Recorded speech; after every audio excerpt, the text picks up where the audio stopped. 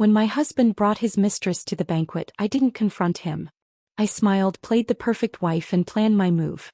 Little did he know the game had just begun, and when I was done he'd be the one begging to come back.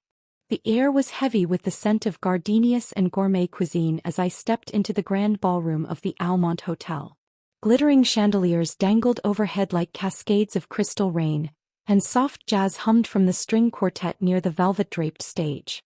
The guests, all impeccably dressed, floated through the space like well-practiced dancers in a synchronized waltz of influence and affluence. I took a deep breath and straightened my emerald green silk gown. The dress was a statement, one that whispered elegance but dared anyone to overlook me. I had always been cautious with my choices, but tonight I decided that boldness suited me. Besides, it was my husband Mark's big night, his promotion to vice president at Wellington Finance, and I wanted to look the part of the proud, supportive wife. A familiar voice sliced through the ambient noise. "Olivia, you look stunning." I turned to see Karen, one of Mark's colleagues, making her way through the throng, her sequined dress glinting in the dim light. She was always a little too loud, but in a way that made you like her despite yourself. "Thanks, Karen." "You too," I replied, managing a smile. "Is Mark already here?" "I haven't seen him yet." Karen's smile faltered for a split second, and she cast a quick glance over her shoulder. "Oh, I thought you two came together." I shook my head, ignoring the small prickle of unease. "He had some last-minute things to take care of at the office. You know how he is." Karen's face softened, and I couldn't help but wonder if pity was lurking behind her carefully placed smile. Before I could dwell on it, she was pulled away by another group of colleagues discussing stock prices and annual returns. I moved toward the open bar, needing something to occupy my hands. I had just flagged down the bartender when I heard it. A laugh, light and airy, punctuated by a familiar low murmur. "Mark." My heart skipped a beat, a mixture of relief and excitement. I turned, scanning the room, and then froze. Mark wasn't alone. Draped over his arm like a designer accessory was a woman with chestnut hair cascading in perfect waves, wearing a red dress that seemed to be painted onto her. She laughed again, the sound like wind chimes as Mark leaned in, whispering something in her ear. The bartender placed my glass of champagne on the counter, but I couldn't move to take it. My fingers tingled with a cold numbness and my feet seemed rooted to the floor. I didn't know her, but I knew that look. Mark's eyes crinkling at the corners, his hand resting casually on her lower back. It was the same way he used to look at me when we were first dating, before promotions and late nights became the new normal. A hot, acidic surge of anger bubbled in my stomach, but I swallowed it down. Instead, I forced my gaze to the floor, focusing on the intricate marble patterns. I couldn't make a scene, not here, not tonight. This was Mark's night. Our night. A soft voice broke my trance. "Are you all right, ma'am?" The bartender was looking at me with gentle concern. "Yes," I croaked, clearing my throat. "I'm fine. I picked up the champagne flute, holding it with both hands to keep them from trembling. Behind me, Mark and the woman glided through the room, greeting guests as if they were royalty. I recognized some faces from the company's annual picnic, some from Mark's stories of late-night strategy meetings. No one seemed surprised or alarmed by the mystery woman. Was I the only one who didn't know? Forcing myself to move, I drifted toward the cluster of tables near the stage, desperate to anchor myself. As I passed by, snippets of conversation filtered through. A new merger, a scandal at a rival firm, someone's kid getting into Stanford. I slipped into a chair at the far end of the table, half hidden by a towering floral centerpiece. It wasn't long before I felt someone sit beside me. I glanced up to see Tessa, my old friend from college who'd recently moved back to town. She gave me a wide smile. "Hey, stranger. Thought you'd be glued to Mark's side tonight," she teased. "Yeah," I replied, forcing a smile. "He's making the rounds. You know how it is." Tessa raised an eyebrow, her gaze flitting over to where Mark and the red dress woman were now laughing with a group of men from the finance department. "Who's the girl?" she asked, her tone casual but her eyes sharp. I took a slow sip of my champagne, the bubbles burning down my throat. "I have no idea." Tessa's expression softened and she placed a comforting hand on my arm. "Want me to go slap some sense into him?" A laugh bubbled out of me, surprising even myself. "Maybe later. Right now I trailed off, unsure how to finish that sentence. "Just breathe," Tessa whispered. We'll figure it out. Besides, she's not that pretty. Kinda basic if you ask me. I managed to smile, grateful for Tessa's presence. Her humor had always been blunt and biting, but right now it was exactly what I needed. Mark and his mystery woman continued to move through the crowd, oblivious to the knot forming in my chest. I pressed my lips together, forcing myself to think logically. There had to be an explanation, maybe she was a client or an assistant. But deep down, a voice whispered that I was lying to myself. The announcement that the dinner was about to begin came over the speakers, and people began drifting to their assigned tables. Mark and the woman took seats near the front, close to the stage. I couldn't help but notice how effortlessly they seemed to fit together, their movements synchronized. Tessa leaned in, her voice low. You gonna sit here and watch him all night? No, I replied, surprising myself with the steadiness of my tone. I'm going to make him regret it. But not tonight. Tonight I'm going to smile and laugh and be the perfect wife. And when the time comes, he won't see it coming. Tessa raised her glass, eyes gleaming. Now that's the Olivia I know. I clinked my glass with hers, a plan already taking root in the back of my mind. If Mark wanted to play games, I would make sure I didn't just win. I would leave him wondering how he ever thought he could outplay me. As the speeches began and Mark's face lit up on the big screen, I plastered on a smile, my heart pounding with newfound resolve. He wouldn't know what hit him. The next morning I woke up to an empty bed and the scent of Mark's cologne lingering on his pillow. I stretched out my hand to the cold sheets, trying to remember when he had come in. I must have fallen asleep before he returned. Part of me was relieved. I wasn't ready to confront him yet. Not when my thoughts were still a tangled mess of hurt and fury. I pulled myself out of bed and made my way to the kitchen, the soft hum of the espresso machine reminding me of our quiet mornings before Mark's career took over our lives. The kitchen was my sanctuary, neat, organized, filled with little touches that reflected my taste rather than his. As I sipped my coffee, my phone buzzed on the counter. A message from Tessa. Tessa, breakfast at Joe's? You need pancakes and gossip. A smile tugged at the corners of my mouth. Tessa knew me too well. Me on my way. Joe's Diner was the kind of place where the booths were patched with duct tape and the coffee tasted like nostalgia. Tessa was already there, her auburn hair pulled into a messy bun, sipping a latte and picking at a plate of scrambled eggs. She waved as I walked in, patting the seat across from her. You look better than I expected. Gee, thanks, I muttered, sliding into the booth. She gave me a once-over. You know what I mean. You don't look like a woman scorned. That's because I'm not scorned, I replied, keeping my voice even. I'm strategizing. Tessa grinned, clearly pleased. Atta girl. So what's the plan? I shrugged, tracing the rim of my coffee cup with my finger. I don't know yet. But I'm not going to cry about it. He thinks he can humiliate me in public and get away with it? He doesn't know who he's dealing with. Tessa arched an eyebrow. You sure she was, the other woman? I hesitated, remembering how Mark's hand rested on the woman's lower back, how she looked at him with unmistakable adoration. I swallowed the lump in my throat. I'm sure. No one at the banquet seemed surprised. It's like they all knew except me. That's cold, Tessa said, shaking her head. I always knew Mark had ambition, but this is something else. You sure you want to play this game? I looked out the window, watching the city hustle by. I'm not playing. I'm winning. He just doesn't know it yet. When I got back to the apartment, Mark was home, standing in the living room with his phone pressed to his ear.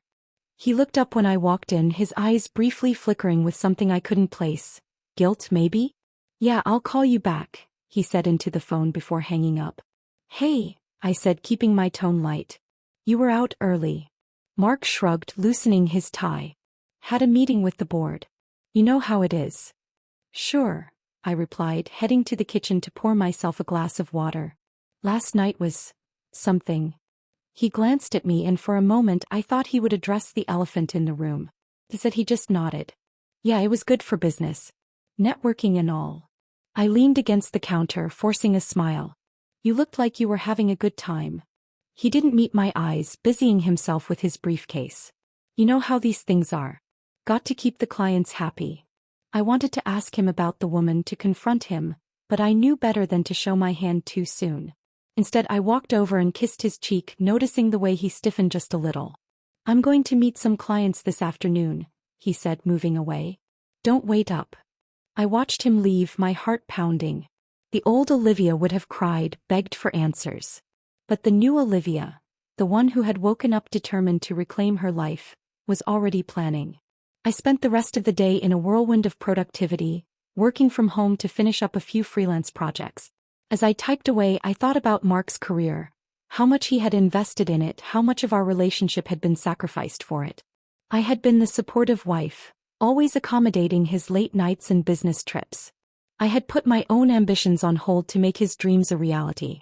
But now it was time for me to take back some control. I pulled up Mark's social media profiles, scrolling through his professional pages. He was meticulous about his image. A loving husband, a successful businessman, a mentor to younger colleagues. A few clicks took me to the company website, where his recent promotion was highlighted, complete with a photo of him looking confident and self-assured. My stomach clenched. There was nothing in his public life that hinted at the double life he was leading. But I knew how carefully Mark curated his image. I started compiling a list of names. People I had seen at the banquet, colleagues Mark often mentioned, old friends who had slowly drifted away. It was time to dig deeper to understand how long this had been going on and who knew about it. That evening, Tessa and I met up again at a local art exhibit. The gallery was filled with modern sculptures and abstract paintings that made me feel oddly serene. Tessa was examining a particularly odd piece, a twisted metal sculpture that looked like a chaotic knot. "This reminds me of your situation," she joked. I snorted. At least it's bold and unapologetic. Unlike Mark. As we moved through the gallery, I couldn't help but feel a surge of energy. I wasn't just Mark's wife anymore. I was someone with my own plans, my own ambitions. And I was going to make sure he knew that. After the exhibit, we stopped by a cozy wine bar. Over a glass of Merlot, I finally shared my thoughts with Tessa. "I'm going to get involved," I said, my voice steady. "I'm going to find out what he's really been up to. And then I'll make him regret ever thinking he could disrespect me like this." Tessa nodded, her eyes bright with approval. "And what's your first move?" I took a sip of wine, savoring the boldness of the flavor. "First, I need to know who she is. Then I'll make sure she knows exactly what kind of man she's dealing with. Mark. I'll make him wish he never underestimated me." We toasted, the clink of our glasses ringing out like a promise. I wasn't just planning revenge. I was reclaiming my story. And Mark was about to learn that no one could play me and get away with it.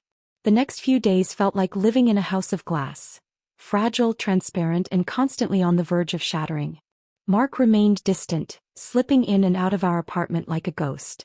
I was careful not to probe too much, acting as if nothing had changed, while every instinct in me wanted to scream for answers. Instead, I focused on the groundwork. If I wanted my plan to succeed, I couldn't afford to rush. One morning, as I was brewing coffee, my phone buzzed with a notification. It was a message from Tessa. "Tessa, got a name for you. Her name's Sabrina Welch. Works at Wellington too. Marketing department. Want me to keep digging?" I stared at the screen, my hands clenched around my mug. "Sabrina. The woman in the red dress." "Me, yes. Anything you can find." A minute later, Tessa responded. "Tessa on it. Also brunch tomorrow? You look like you could use mimosas." "Me, definitely." I took a deep breath, forcing myself to remain calm. Sabrina Welch. The name itself felt like sandpaper against my skin. Why hadn't Mark ever mentioned her before? I typed her name into the search bar, pulling up her LinkedIn profile first. Young, ambitious, strikingly pretty in that corporate way, polished and poised. I scrolled through her work history. A few years at smaller firms before landing a job at Wellington. No mention of Mark, of course. My next move was to check social media. Her Instagram was private, but her profile picture showed her sipping champagne on a yacht, all tan skin and white teeth. My chest tightened as I remembered how Mark used to take me sailing before his career became his life. I saved the profile to my phone and opened Facebook next. There she was, more public. Pictures from office parties, lunches with coworkers, and most damning of all, a photo from the banquet. She wasn't in it, but Mark was, standing with a group of colleagues, laughing, looking like the charming, successful man everyone admired. It was the comments that caught my eye. Sabrina Welch. Great night with the best team. #Wellington family. Mark Kingsley. Couldn't have done it without all of you. I bit the inside of my cheek, a bitter taste rising in my throat. Brunch with Tessa the next day was exactly what I needed. The cafe was bustling and the smell of freshly baked pastries wrapped around us like a warm blanket. Tessa poured another round of mimosas, her eyes fixed on me. So, Sabrina Welch. Any news? I sighed, taking a sip. She's definitely close to him. Works in marketing. There's no obvious sign of anything but the way they were at the banquet. I just know. Tessa frowned, stabbing at her avocado toast. I never liked those corporate types. All smiles and networking. They never show you what they're really like. I leaned back, my mind racing. I need to find out how long this has been going on. I can't just confront him without evidence. He'll just lie. Tessa nodded thoughtfully. You could go the indirect route. Find someone who knows her or someone who's seen them together outside of work. Wellington is full of gossipers, right? I considered it. Maybe one of Mark's colleagues. Karen maybe. She was acting weird at the banquet. Almost like she knew something. Then Karen it is, Tessa said, raising her glass. Subtlety is key. Just don't give away that you're on to him. Back home I found Mark in the kitchen scrolling through his phone. I greeted him with a soft kiss on the cheek, forcing myself to play the part. Hey, I said, moving to pour myself some water. You've been busy lately. He barely looked up. Yeah, just some extra projects. The board's piling things on after the promotion. I kept my tone casual. You must be proud. You've worked so hard for this. His lips curved into a half smile. Yeah. It's what I've always wanted. I turned to lean against the counter, pretending to study the calendar on the fridge. By the way, I've been thinking about hosting a small dinner here. Just a few of your work friends to celebrate. Maybe Karen? She seemed so happy for you at the banquet. Mark looked up, a shadow passing over his face. Karen? Yeah, she's great. Always supportive. And maybe Sabrina too? I added casually, watching his reaction out of the corner of my eye. He hesitated just for a second before nodding. Sure. He's new to the team.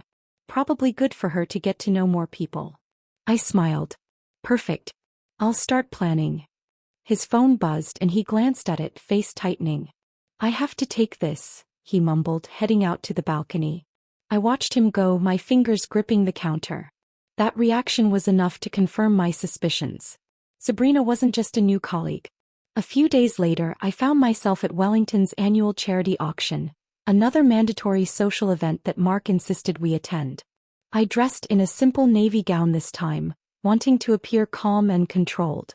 Karen spotted me almost immediately. Olivia. You look amazing. I forced a smile. So do you? I've been meaning to catch up since the banquet. Everything was such a blur that night. Karen nodded, her eyes darting around the room. Yeah, these events always are.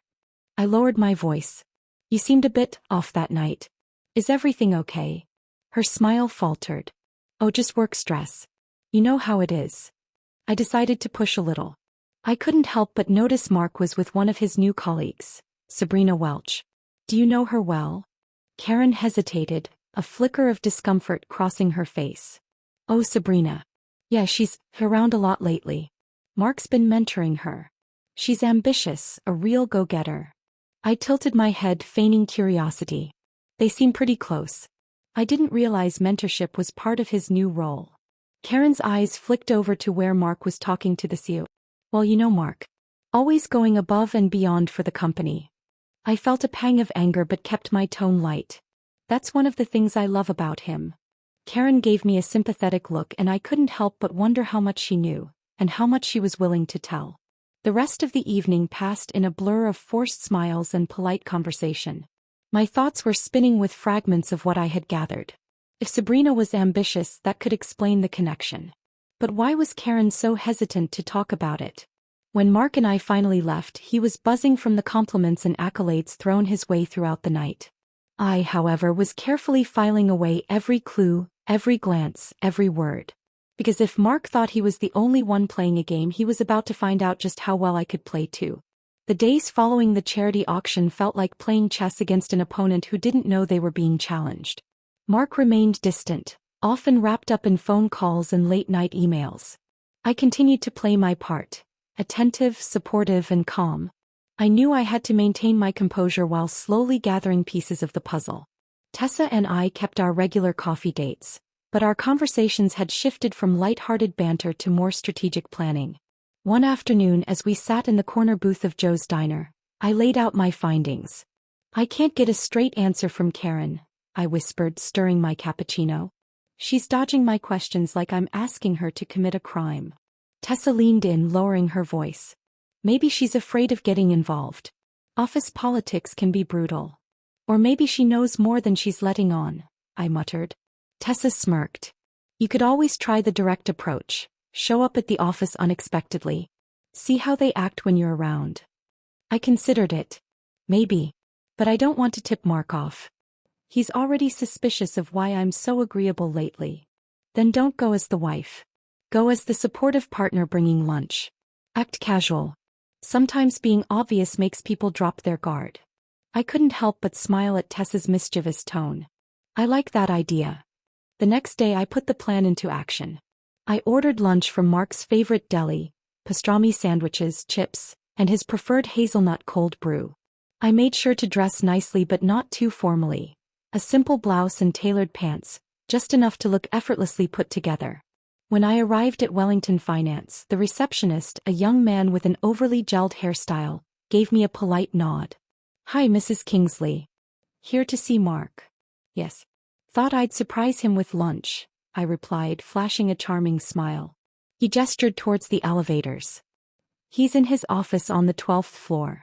You can go right up." I thanked him and made my way up, my heart pounding harder with each floor I passed.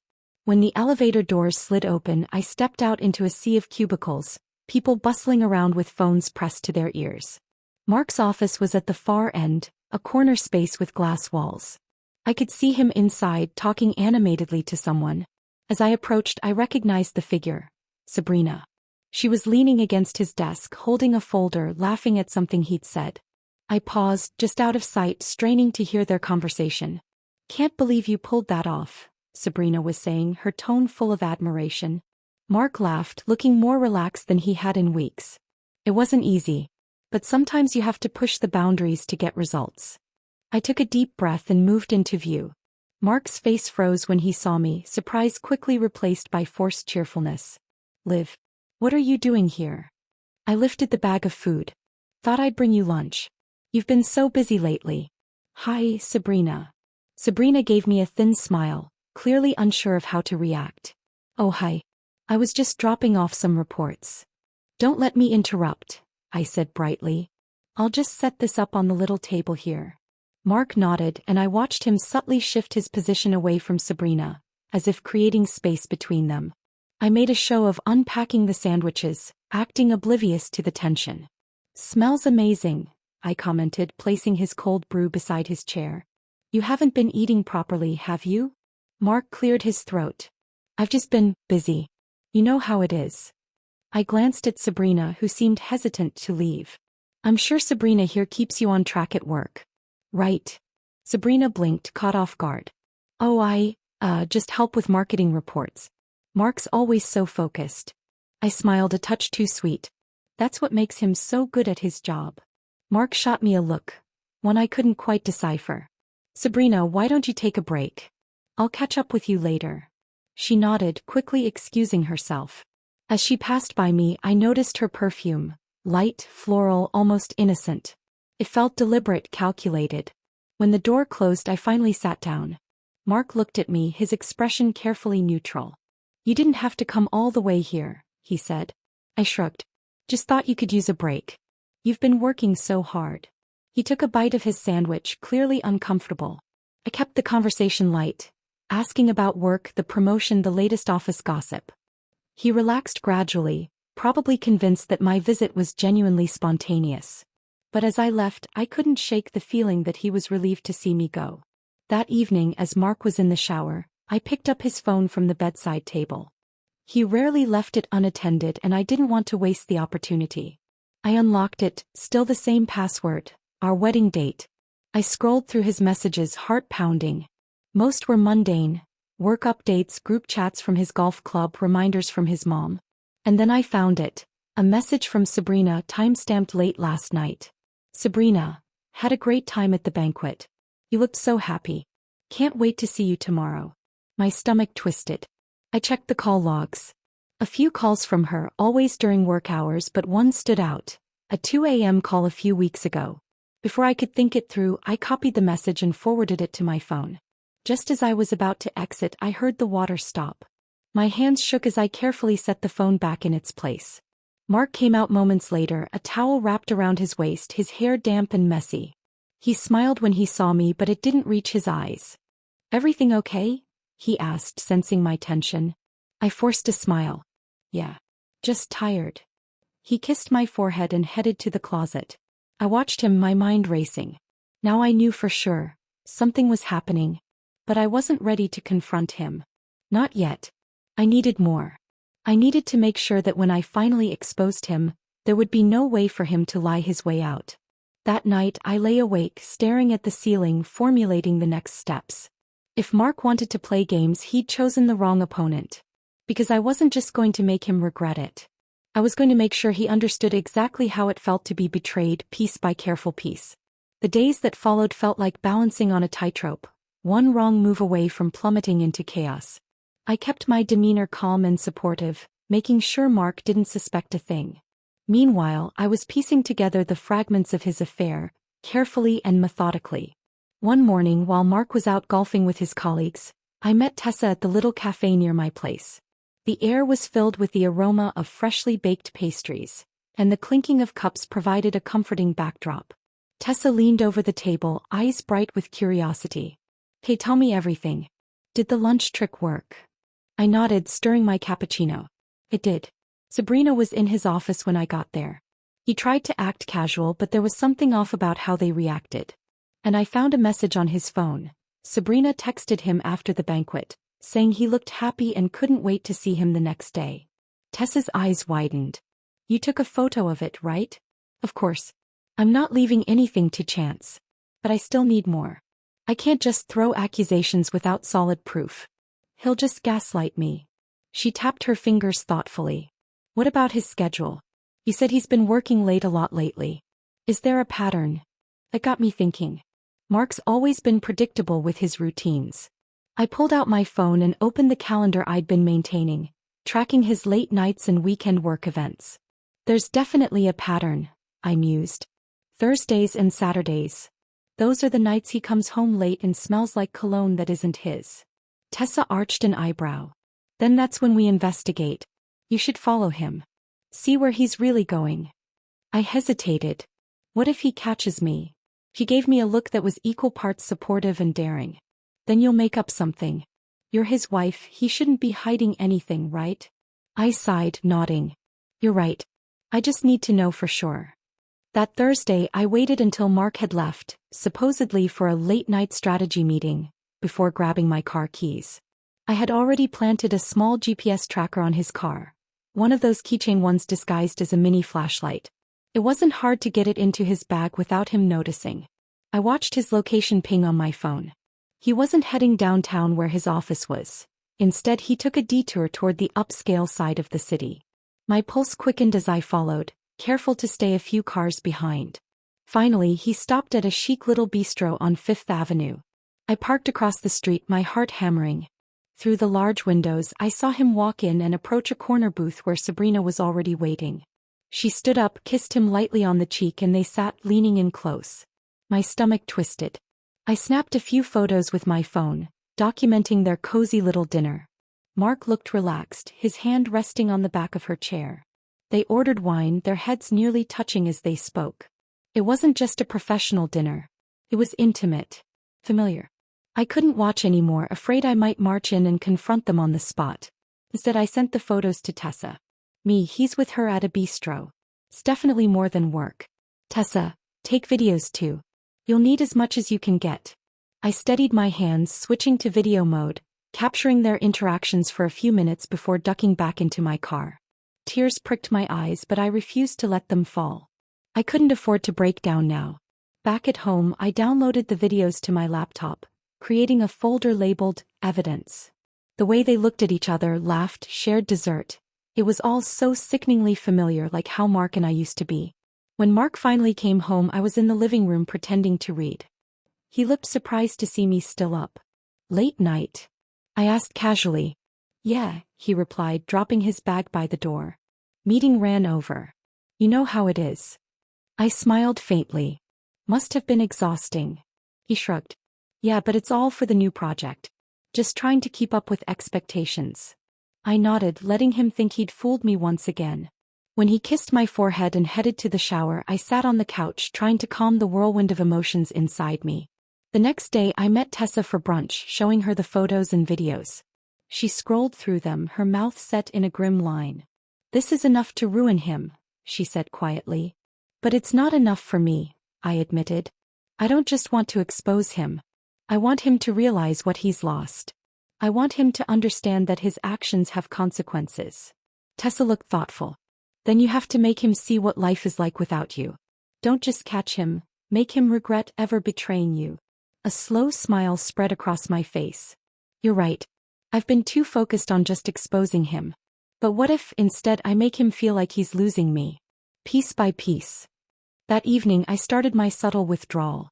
I didn't text him during the day like I usually did.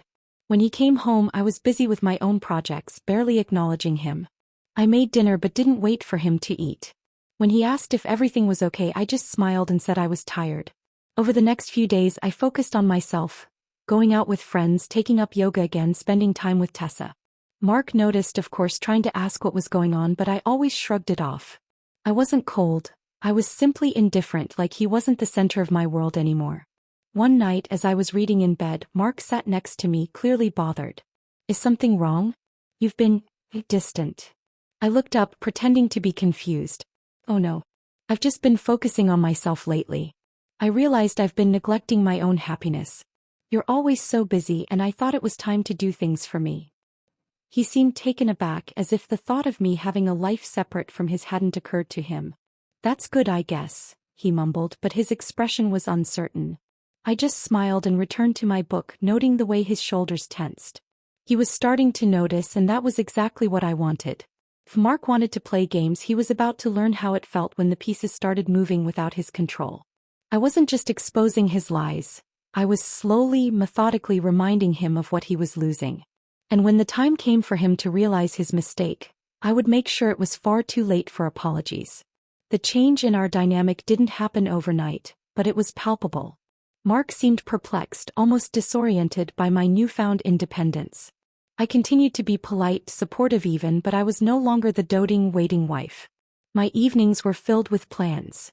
Brunch with Tessa, yoga classes, and even a weekend art workshop.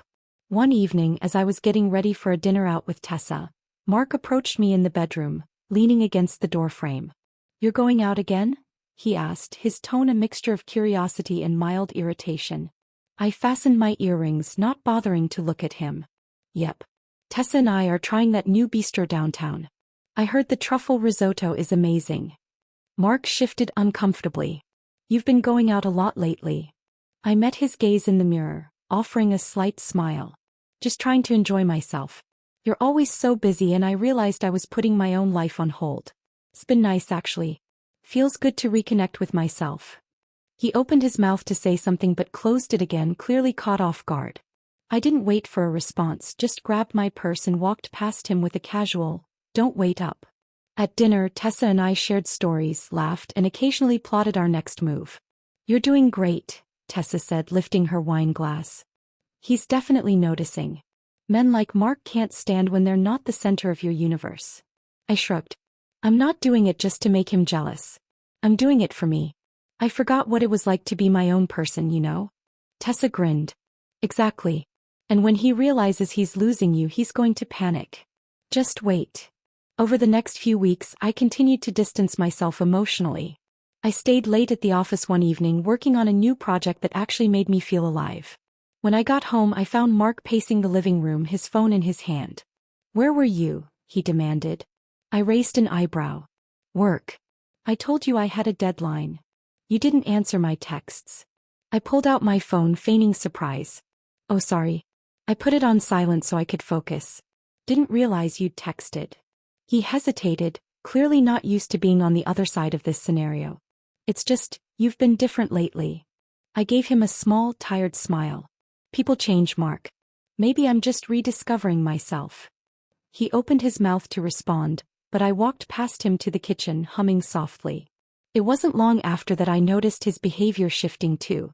He started coming home earlier, bringing takeout or cooking simple meals himself. One night he even suggested we watch a movie together, something we hadn't done in months. I played along, letting him think we were mending while I kept my own plans intact. It was clear he was becoming uneasy. One evening, as we were halfway through a romantic comedy, his phone buzzed. I saw Sabrina's name flash on the screen, but he quickly silenced it. I pretended not to notice, but my heart raced with anticipation. Mark glanced at me, gauging my reaction. When I didn't say anything, he leaned back on the couch, visibly uncomfortable. The next morning I was having coffee on the balcony when Mark joined me, his expression tense. "I was thinking," he started, choosing his words carefully, "maybe we could plan a weekend trip. Just the two of us." I raised an eyebrow. "A trip?" He nodded, trying to sound casual. Mark's suggestion of a weekend trip caught me completely off guard. It was so unlike him to initiate something that didn't revolve around work or networking. I looked up from my coffee, trying to mask my surprise. "A trip," I repeated, forcing a light tone. "What brought this on?" He shrugged, trying to appear nonchalant. "I just thought, we haven't spent much time together lately. You've been busy with your own thing, and I figured it might be good to reconnect." I took a slow sip of my coffee, not breaking eye contact.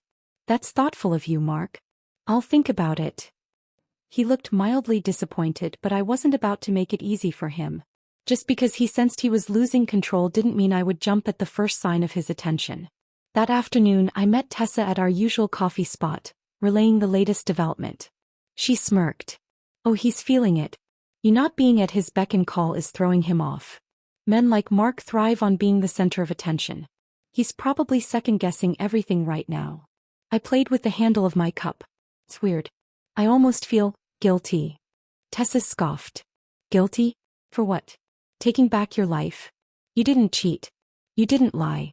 You're just not bending over backward to please him anymore. Let him sweat a little. It's good for his overinflated ego." I couldn't help but smile. Tessa always knew how to put things in perspective. That evening, Mark came home earlier than usual. I was curled up on the couch, scrolling through vacation spots on my laptop. He leaned over my shoulder, his tone hopeful. "Looking for something fun?" I didn't bother to look up. "Just browsing. I've been thinking about taking a trip on my own, actually. A solo getaway." His expression dropped. "On your own?" I glanced up, giving him a calm smile. "Yeah. Just to clear my head. I've been feeling a little restless lately." He hesitated, clearly unsure how to respond. "I thought we could go together. Maybe to the lake house. We haven't been there in ages." "That's true," I conceded. "But I think I need some time for myself first. It's nothing personal, Mark. Just something I've been thinking about." His jaw tightened and he nodded slowly. "Right. Of course. Do whatever you need." Later that night, as I was reading in bed, Mark slipped in beside me. He seemed distracted, as if weighing his words. "Liv," he began, his voice softer than usual. "Have I done something to make you pull away?" I kept my gaze on my book, pretending to think. "Not really. I guess I just started realizing how much I've neglected myself. You've been busy, I've been busy. It's like we're living parallel lives." He frowned, turning onto his side to face me. "I didn't mean for it to be that way." I looked up, meeting his eyes for the first time. "I know. Just happened. But it's made me think about what I really want. Who I want to be. I guess I got a little lost in being the perfect wife." His expression was a mixture of guilt and confusion. "You've always been amazing. I didn't realize you felt that way." I gave him a sad smile. "I didn't either. Not until recently. I guess I've just been reflecting." He reached out, his hand lightly touching mine. "Maybe we could start over. Make some changes. I could take some time off work. Focus on us." I almost wanted to laugh at how quickly his tune was changing now that he felt me slipping away. But I just nodded, giving him a non-committal hum. "Maybe," I said, letting the silence settle between us. Next morning, "I was thinking about our trip this weekend," I said casually. "Maybe we should invite some friends up. Make it more of a group thing." Mark's head snapped up, panic flashing in his eyes. "No. I thought it was just us. We need time alone." I smiled serenely. "Of course. Just thought it might be nice. You've seemed so distracted lately. He swallowed hard, trying to muster a reassuring smile. Just work stress. I'm fine. I walked over, placing a hand on his shoulder. You know, if there's ever anything you want to talk about, I'm here. He gave me a wary look, but I just patted his shoulder and headed to the bedroom, leaving him to stew. I could feel his world shifting, and that was exactly what I wanted. Soon he would be so paranoid, so consumed with guilt and fear, that he wouldn't know which way was up. And that's when I would make my final move. The one that would leave him begging for forgiveness. The weekend trip to the lake house loomed like a dark cloud over both of us. Mark was visibly uneasy, caught between trying to act normal and constantly glancing at his phone when he thought I wasn't looking. I played my part flawlessly, calm, supportive, and just distant enough to keep him on edge. The night before we left, I packed lightly, choosing comfortable clothes that didn't seem overly prepared for romance. I could feel Mark's eyes on me as I moved around the room. You sure you want to go? He asked cautiously. I gave him a gentle smile. Of course. A little getaway sounds perfect. He didn't seem convinced but nodded nonetheless. The drive to the lake house was unusually quiet. I hummed along to the radio while Mark kept his gaze fixed on the road. I couldn't help but notice how tightly his hands gripped the steering wheel. When we finally arrived, I busied myself unpacking while Mark made a show of setting up the outdoor grill. I couldn't help but notice that his phone was conspicuously absent from his pocket, probably hidden in the car or left inside on purpose. As we prepared dinner, I kept my conversation light, commenting on the beautiful weather and how peaceful the lake looked. Mark responded happily. After dinner, we sat by the fire pit. I brought out a bottle of wine, pouring us both a generous glass. To us, I said, raising my glass. Mark smiled, then clinked his glass with mine. To us. I took a sip, letting the silence stretch just long enough to feel uncomfortable. I've been thinking a lot lately, I began, keeping my tone neutral. He glanced at me warily. About what? About us. About how we got here. Sometimes I feel like we're just going through the motions, you know? He swallowed hard. What do you mean? I traced the rim of my glass with my finger. I just wonder if we're still the same people who fell in love. Or if we've changed too much to recognize each other. His face fell, panic flickering in his eyes. Liv, I cut him off gently. I'm not blaming you. I think we both lost sight of each other somewhere along the way. You got wrapped up in work and I got lost trying to keep up with your world. He looked down, guilt etched across his face. I never meant to make you feel that way. I know, I replied, keeping my voice soft. But I can't help but wonder if you've been happier somewhere else. With someone else. His head snapped up, his eyes wide. What? No. Liv, I met his gaze, unflinching. Are you sure? He hesitated just long enough for my heart to lurch. Then he reached for my hand, squeezing it too hard.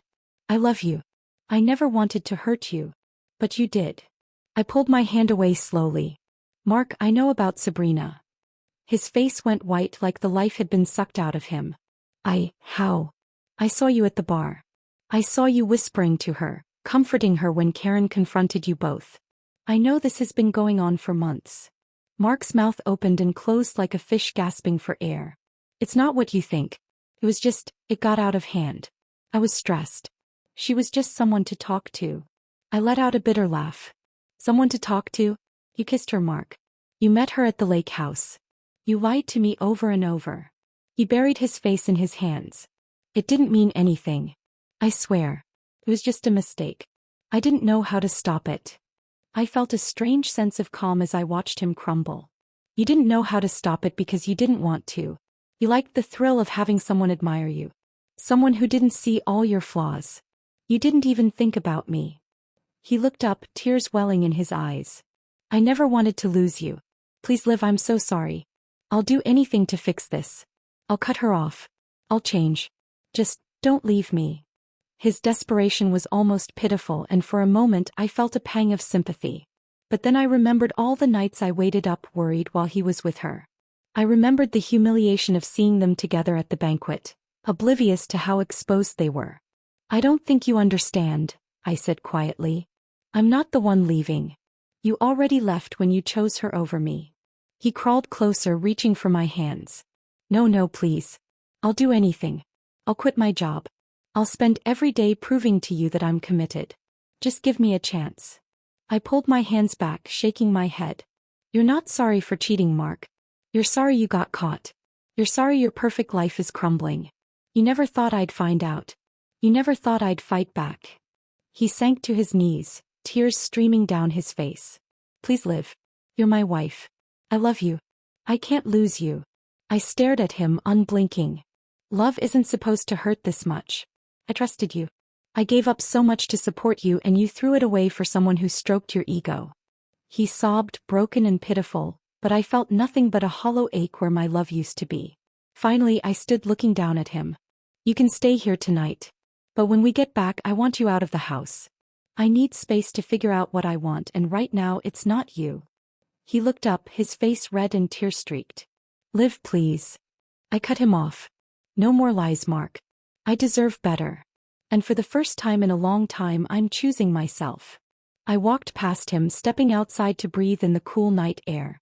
My hands trembled, not from sadness, but from the power of finally reclaiming my own life. Behind me, I heard his muffled sobs through the walls. Maybe one day he would understand what he lost. Maybe he'd never truly comprehend it. But that wasn't my problem anymore.